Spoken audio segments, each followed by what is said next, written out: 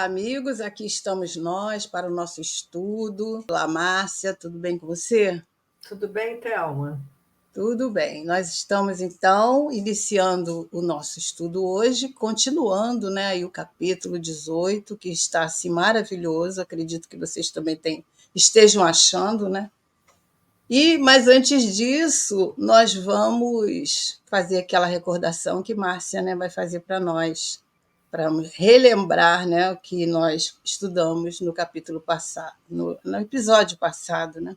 Vamos lá? E aí, tudo bem, queridos? Então, nós estamos aqui, né, no livro Obreiros da Vida Eterna, de André Luiz, na psicografia do Chico. Estamos terminando quase o livro. O livro tem 20 capítulos, estamos no capítulo 18, que dividimos em 3 partes. Hoje vamos começar a segunda parte. Então, a gente lembra que é o desprendimento difícil, o título do capítulo, que é o desprendimento, né, a desencarnação de Cavalcante, aquele que estava internado num hospital, vamos dizer, público, né, e como fosse quase com indigente, estava já numa septicemia, numa situação bem difícil, mas ele tem um medo imenso de morrer e tem várias culpas em relação ao que ele deixou de fazer na vida dele para seguir uma religião, para ajudar os outros, acaba que a esposa o trai e o abandona, e ele tem muita culpa sobre isso. Então, ele não quer morrer antes de falar com a sua esposa. E ele pede ao padre, pede a uma religiosa que o ajude, mas, enfim, ele está numa situação bem precária e o médico diz ao padre que acha que a única solução é a prática da eutanásia, e nós discutimos bastante sobre essas questões, tanto da conduta do nosso atendimento a um moribundo, quanto a questão da eutanásia. Então, vejam a parte anterior, para quem não viu, e para que a gente possa, né? Agora nós vamos dar continuidade vendo o atendimento espiritual, né, de Jerônimo e a sua equipe ao Cavalcante. Isso mesmo. Que bom que nós temos a misericórdia divina, né, que vem em nosso socorro. Então, é isso que o Cavalcante vai ter agora, né? Então, nós vamos continuar a leitura. Então, o André, né, diz que o assistente, pondo em prática recursos magnéticos, tentou propiciar-lhe sono brando, de maneira a subtrair-lhe os temores em socorro direto, fora do corpo físico. Então, ele diz: contudo, o moribundo lutou por manter-se vigilante. Temia dormir e não despertar. Pensava ansioso. Queria ver a esposa antes do fim, dizia de si para consigo. Não era efetivamente provável, não seria justo morrer tranquilo, né? Morrer com tranquilidade. Isso é o pensamento dele. Oh, se ela surgisse! E acariciava a possibilidade, penitenciar-se-ia dos erros passados, pedir-lhe perdão. Tamanha humildade assomava-lhe ao ser naquela hora de grande abatimento que não se magoaria em receber-lhe a visita junto do outro. Então, nesse momento aqui, né, Márcia, ele se humilda ali diante, né, do peso da consciência que ele traz, da culpa, do reconhecimento de que ele teve uma responsabilidade sobre essas atitudes, né, que ela separou dele e tudo mais, né? E esse momento da morte nos proporciona, né, esse encontro conosco mesmo, né? Exatamente. E aí ele não conseguia nem descansar, dormir. E eles estavam tentando, através de passes, né, fazer com que ele dormisse. Mas ele tinha tanto medo, ele achava que se ele dormisse, ele ia morrer. Morrendo, ele não queria ver a esposa, e isso tudo que a Thelma já falou e que nós falamos já também na primeira parte. Então era isso, eu estava com um medo terrível de morrer. E aí ele, ainda pensando, né, por que odiar? Né? Porventura não lhe ensinava a lição de Jesus que a fraternidade constitui sempre a bênção do Altíssimo? Quem seria mais culpado? Ele que tinha dobrado a indiferença para com as exigências afetivas da companheira, pelo arraigado devotamento à fé, ou aquele homem despreocupado de qualquer responsabilidade que a recolhera, talvez em desesperação. Então, o pensamento dele estava ali, né, ativo, pensando no que estava ocorrendo. Diante daquele medo, ele queria encontrar uma resposta, né, que acalmasse o seu coração, né? Então, isso é muito natural nesse instante, né?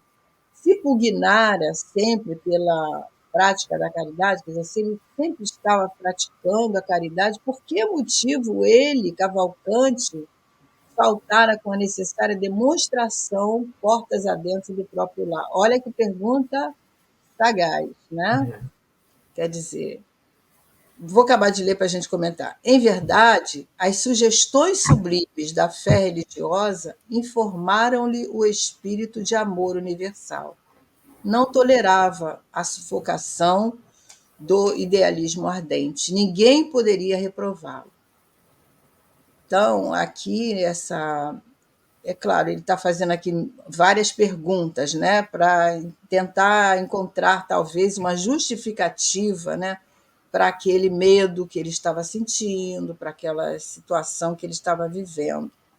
E aí ele pergunta, né, quem teria maior responsabilidade? Ele diante das exigências afetivas da esposa e que ele não atendeu, né, pelo arraigado devotamento ali à fé dele, ou aquele que estava em conúbio com ela agora, né, talvez recebendo ela diante de várias queixas, de várias situações, né, que ela também deveria estar desesperada naquela carência, né, talvez uma carência afetiva, né? E a gente lembra que nesse processo aí já passaram 11 anos, né? Pois E que é. ele nunca mais a viu. Então, agora, na hora que está chegando ele desencarnar, ele começa a reavaliar toda a sua vida, né? Ele que ajudou a tantos do lado de fora, Não se conseguiu. despreocupou com qualquer responsabilidade, né, que ele tivesse dentro da sua casa, né? Então ele E agora está aí fazendo esse exame de consciência, né? acredito que seja devido ao conhecimento que ele já tem, né? Ele está fazendo se colocando aí, né, em questionamentos, porque é isso que a nossa consciência nos leva a fazer. E Uhum. ele acho que entende, porque o ensinamento do Cristo é amar o próximo, né? Justamente o próximo foi deixado de lado, né? Exatamente. Então, aí a consciência vem cobrar, né? Mas o que eu achei interessante aqui é essa pergunta dele, né? Se ele estava sempre na prática da caridade, por que que ele, justamente ele, faltou com essa necessária demonstração, ou seja, essa vivência Essa do... caridade dentro do lar, né? Essa compreensão, né, dele E é o dentro que do lar. nós precisamos de ter cuidado, né? Será que nós estamos tendo essa consciência, né? Devemos servir a Deus, a Jesus, sim, mas primeiramente a gente começa a servir a Jesus dentro do nosso lar, né? Praticando o ensinamento, como ele falou lá com aquele samaritano, né? Com aquele sacerdote, né? Quando ele fala do samaritano. Algo mais? Não, Então podemos vamos ir. em frente. Mas se ele não, desculpa. Mas se era esse o caminho escolhido, que razões o levaram a desposar pobre criatura, incapaz de apreender-lhe a fome de luz? Por que fizera firmes promessas a um coração feminino, ciente de que ele não poderia atendê-las? A dor desenha a tela da lógica no fundo da consciência, com muito mais nitidez que todos os compêndios do mundo. Nossa, essa fala aqui também é muito interessante, né? Vou até ler de novo. A dor desenha a tela da lógica no fundo da nossa consciência, com muito mais nitidez que todos os compêndios do mundo. A morte próxima enchia aquela alma formosa de sublimes reflexões. Entretanto, O medo alojara-se dentro dela como sicário, como carrasco invisível.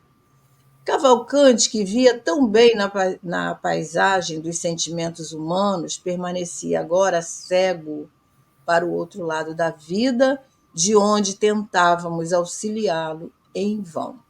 Jerônimo poderia aplicar-lhes recursos extremos, mas absteve-se, inquirido por mim acerca dos seus infindos cuidados, explicou muito calmo. Isso também é muito, muito importante. Ninguém corte onde possa desatar.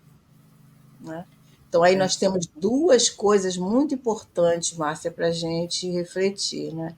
Essa questão da dor me cala fundo, porque só quando nós vivenciamos a dor, nós somos capazes de sentir determinadas situações. E ela é que nos mostra.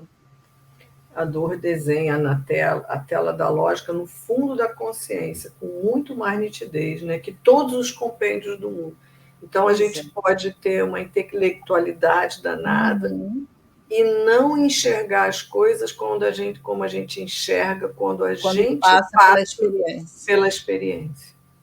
Então, essa dor é que cala fundo dentro de nós, fala bem a nossa consciência e faz com que a gente reavalie a nossa situação.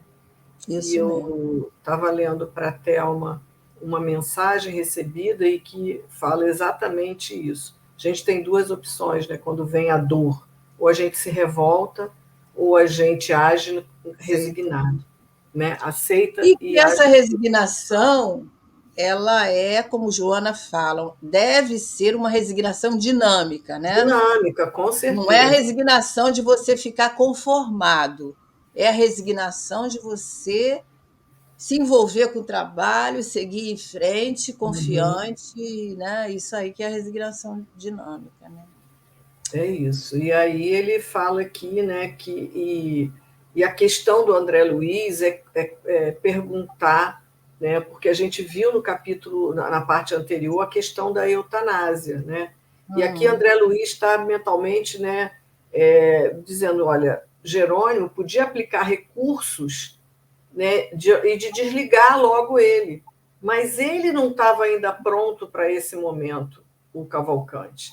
Então ele fala, lógico que ele podia cortar esses laços logo, mas ele fala, ninguém corte onde possa desatar. Então ele não queria uma desencarnação sofrida, ele queria desatar, né, esse desligamento tranquilo do corpo físico do corpo espiritual. Então, sem violentar, né? Sem violentar. Então, ninguém corte onde possa desatar. Isso, eu achei essa frase ficou assim, martelando a minha cabeça. Né? Muito, muito interessante, né? E aí ele vai dizer que essa resposta também calou fundo, né, no seu coração. Debalde, porém, procurou se prodigalizar ao doente a trégua do sono preparatório e reconfortador. Cavalcante reagia, insistente, sentindo-nos a aproximação e a interferência, de leve fazia apressados movimentos labiais, recitando orações em que implorava a graça de ver a companheira antes de morrer. E aí o Bonifácio, né, comovido, vendo aquela cena, ele fala, desventurado irmão, não sabe que a consorte desencarnou há mais de um ano num catre, quer dizer, num leito pobre, vítima também de uma infecção grave, né, a sífilis. E aí o André vai continuar dizendo que Jerônimo não se moveu diante disso, diante do que o Bonifácio fala, mas lutei contra mim, contra, né, o André falando, para não disparar as interrogações à torta e à direita em busca de pormenores. Né? A curiosidade do André, a gente sabe que ela não cessa, né? E ele diz, coibi-me felizmente, a hora não comportava perguntas inúteis. Meu assistente, como se houvera recebido a mais natural das informações, dirigiu a palavra ao companheiro, recomendando. Né? Ele vai. Quer que leia outra para a gente comentar? Ou você quer falar alguma coisa? Eu acho que a gente só fala isso, né? Que já para mais de uma vez o Cavalcante percebe o mundo espiritual de forma meio confusa. E aí é que ele entra mais em desespero, né? Achando, eu já estou indo, né? E ele começa, então, a ficar meio que delirando para não dormir, para não fazer nada, né? Eu acho que é isso que a gente tem aqui, né? E aí não tem nem noção, quer dizer, que a esposa, a ex-esposa, já faleceu há mais de um ano, né? Então a gente não sabe a situação, mas provavelmente esse que acabou com quem ela traiu pode ter abandonado, ela pode ter tido uma vida difícil, uma vida meio mais promíscua. Esse já podia também ser uma pessoa contaminada e contaminou ela, a gente não sabe. São conjecturas que a gente pode fazer, ela né? teve, e a gente vai ver a situação dela espiritualmente agora, né? Jerônimo recomenda a Bonifácio agora e vai ver o que vai falar. Isso. Então ele fala: Bonifácio, nosso amigo não pode suportar por mais tempo a existência do corpo carnal. A máquina rendeu-se. Dentro de algumas horas, a necrose ganhará terreno e precisamos libertá-lo. Teima em agarrar-se à carne apodrecida e pede comovedoramente a presença da esposa. Já tentamos auxiliá-lo a desprender-se, afrouxando os laços da encarnação no plexo solar, que é o primeiro centro, né, que é desligado, mas ele reage com espantoso poder. Resolvi, em vista disso, abrir pequenos vasos no intestino para que a hemorragia se faça ininterrupta até a noite, quando efetuaremos a liberação. Peço a você trazer-lhe a companheira desencarnada por instante até aqui. O enfraquecimento físico acentuar-se-á vertiginosamente, de hora em diante, e com o espaço de algumas horas, as percepções espirituais de Cavalcante se farão sentir. Verá desse modo a esposa antes do decesso que se aproxima e dormirá menos inquieto. A gente vê quanta possibilidade, né, que a espiritualidade tem de agir, né, de ação. Você vê que esse passo aí que ele vai dar agora, né, em relação a essa situação que ele acha necessário de abrir esses pequenos vasos, né, tudo isso para dar vazão e poder ele desencarnar de maneira mais tranquila, né, tranquila, né? Porque senão, quem sabe, talvez ficaria aí muito tempo ainda nessa situação tão sofrida, né? Porque a questão dele toda é essa, ele quer porque quer encontrar a esposa, né? Vamos ver se isso acalma ele. E Bonifácio, então, pôs-se pronto para cumprir a ordem e assegurou integral cooperação ali ao Jerônimo. Né? Logo após, o assistente operou cautelosamente sobre a região intestinal, rompendo certas veias de menor importância, atenuando-lhe a capacidade de resistência, ausentar-nos-ia por breves horas, considerando que o relógio assinalava poucos minutos além do meio-dia. Antes, porém, de nos afastarmos, observando o quadro emocionante da enfermaria gratuita a que o moribundo se recolhera, perguntei a Jerônimo admirado: já que o nosso tutelado se enfraquecerá a ponto de fazer observações no plano invisível aos olhos mortais, chegará a ver também as paisagens de vampirismo que me impressionam no recinto? E o Jerônimo responde que sim, né? E ele fala: mas terá energia suficiente para tudo ver sem perturbar-se? O André é incrível, né? Ele está sempre preocupado com os pormenores, mas isso a gente entende que são as perguntas que nós faríamos, né? E aí, Márcia, o que você comenta aí E dessa... aí a gente vê aqui, porque a gente lembra que foi bem no capítulo 11, se eu não me engano, que teve a primeira visita ao Jerônimo, ao Cavalcante, e André Luiz fica espantado com o ambiente do hospital, com o ambiente que é um hospital, né, público, não importa se é público ou privado, mas é a situação daqueles que estão lá internados.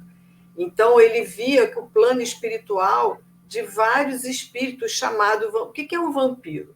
O vampiro é um sugador, né? O É. vampiro suga. Então, ele suga energias, pensamentos, sentimentos. O vampiro, ele está ali. Então, são espíritos ligados àqueles pacientes e que, às vezes, muitas das vezes, são mantidos pelos próprios pensamentos daqueles que Uhum. estão ali internados. E a gente vai ver que André Luiz vai continuar questionando ao Jerônimo como é que vai ser isso, se ele vai ficar com os laços físicos mais afrouxados, ele vai conseguir se desdobrar e ver o plano espiritual. Então ele está super preocupado, ele vai estar pronto para olhar essas cenas que estão Essas aqui, cenas, né, tão... que é o ambiente de um hospital, o ambiente de vários locais onde tem muita gente em sofrimento. A gente sabe que a gente vai estar onde o nosso coração está, né? Então, muitas pessoas que estão ali sofrendo, que já praticaram muitas coisas e também, enfim, é um ambiente muito difícil e é um ambiente onde os próprios trabalhadores encarnados têm que se precaver, né? Sair de casa e entrar no hospital, seja em qualquer ambiente onde nós teremos aglomerações, né? Pedindo para que a gente possa ser protegido, para que a gente também não sinta essa influência, né? não seja São envolvido, né? energias, porque são energias que estão pairando ali, né? A gente tem que pedir essa É proteção. como ele mesmo fala, né? Os instrutores espirituais falam quando vão em regiões de trevas, regiões sofredoras, que eles falam, mantenha o pensamento em oração, né? E a gente vê, às vezes, muitos com conversas fúteis, isso tudo faz com que essa ambiência se comprometa mais ainda e nós possamos ser refém, né? Exatamente.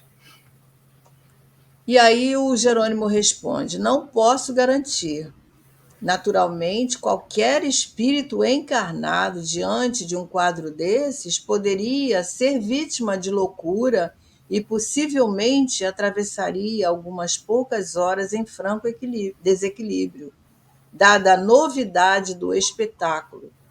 Quando a luz aparece em determinado plano, onde a criatura esteja apta para ver, tanto se enxerga o pântano como o céu. Questões de claridade e sintonia, simplesmente. A notícia pôs-me fremido. Quer dizer, ele ficou com um leve tremor de piedade, né? Ele sentiu piedade da situação, enfim.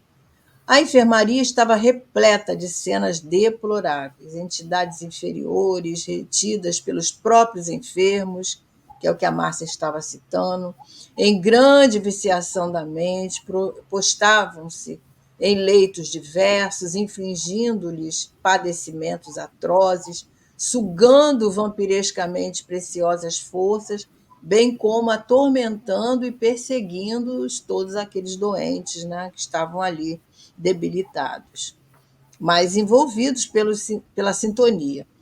Desde o serviço. Esqueci de comentar aqui. Vou ler logo e a gente depois comenta. Desde o serviço inicial do tratamento de Cavalcante, desagradaram-me tais demonstrações naquele departamento de assistência caridosa. E cheguei mesmo a consultar o assistente quanto à possibilidade de melhorar a situação.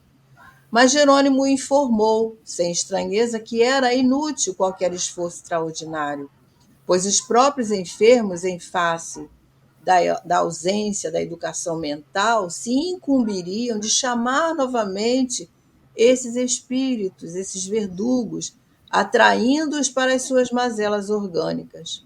Só nos competindo irradiar boa vontade e praticar o bem, tanto quanto fosse possível, sem, contudo, violar as posições de cada um.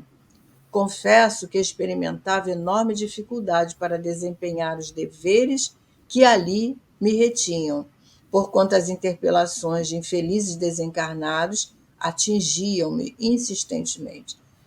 Voltando lá no outro também, a gente sabe, né, Márcia, que é uma situação difícil de manter um padrão vibratório equilibrado, né? É uma ambiência muito nociva, muito misturada, né, com vários tipos de mentes, né? E é porque nessa hora que você está ali com dor, sofrendo, é que seus pensamentos rodam para tudo que é lugar. É Né? verdade. Aqueles, então, que estão muito mal, no caso como Cavalcante, pode passar por várias questões, e aí as suas culpas vão vir, e aí esses que do qual nós fizemos mal, pode ser nessa vida ou em outras vidas, estão ali Estão ali assediando, presentes, né, né? presentes, e Às é vezes como... até felizes pela situação que nós nos encontramos, né? Exatamente, e é como o Jerônimo falou, adianta, não adianta, porque André Luiz, quando foi da primeira visita, queria conversar, fazer prece, ele falou, não nos compete, porque É. os próprios pacientes vão vibrar de Atrair de novo novo, e é. vão atrair de novo. Então, assim, vamos nos ater a fazer aquilo que a gente tem condição de fazer, né? Uhum. E fazer prece por esses, né? Então, assim, e ele diz, olha, não pode garantir, né? Provavelmente o Cavalcante vai ver essa cena, né? É, E André fica muito preocupado, mas é isso, né? é. E aqui também continua essa mesma atenção, né? E que ele fala aqui de interessante é que ele já percebe, né, desde o do tratamento inicial, como você mesmo comentou, né, era percebida essa ambiência dificultosa, né, pela espiritualidade ali, aliás, para a espiritualidade atuar, né, porque imagina, um lugar de sofrimento, né? E André Luiz fala aqui, né, que ele tinha uma enorme dificuldade para fazer os deveres dele ali, porque ele olhando aquilo e aquelas interpelações, né, olhando um fazendo mal, o outro que deveria também estar pedindo, ele ficava meio perturbado assistindo aqueles cenários e aquelas súplicas ou as questões de vingança. Muitos ali estavam querendo vingança daquele que estava para desencarnar. Então, assim, é um Uhum. ambiente que não devia de ser fácil da gente olhar esse cenário, não. Devíamos Manter sentir. uma psicosfera sadia, né? Exatamente. Pediam toda sorte de benefícios, reclamavam melhoras, explodiam em lamúrias sem fim. Isso os verdugos, os espíritos que estavam ali. Ou aqueles até a Thelma, que podiam ter desencarnado ali, quer dizer, E estão morrido ali, presentes. mas estavam presentes ali, não conseguiram Uhum. nem sair dali, estavam se Isso achando. mesmo. Quantos espíritos na reunião mediúnica a gente recebe ainda se vendo no hospital?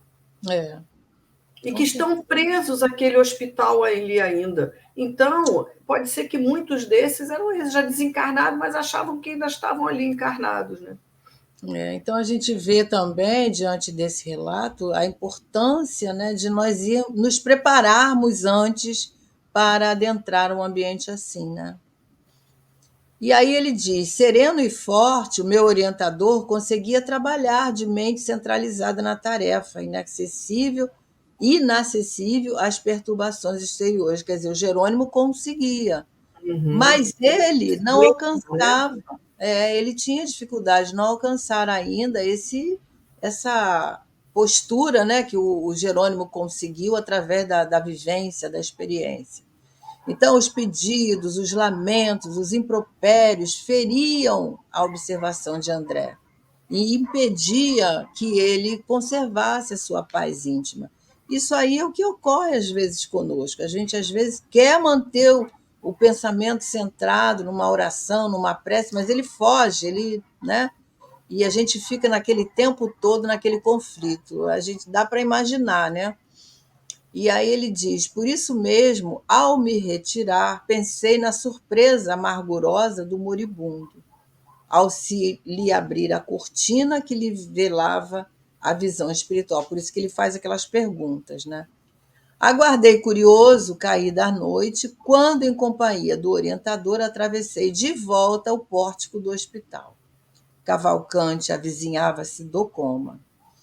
O sangue alagava lençóis que eram substituídos repetidamente, o enfraquecimento geral progredia rápido. Que cena, né?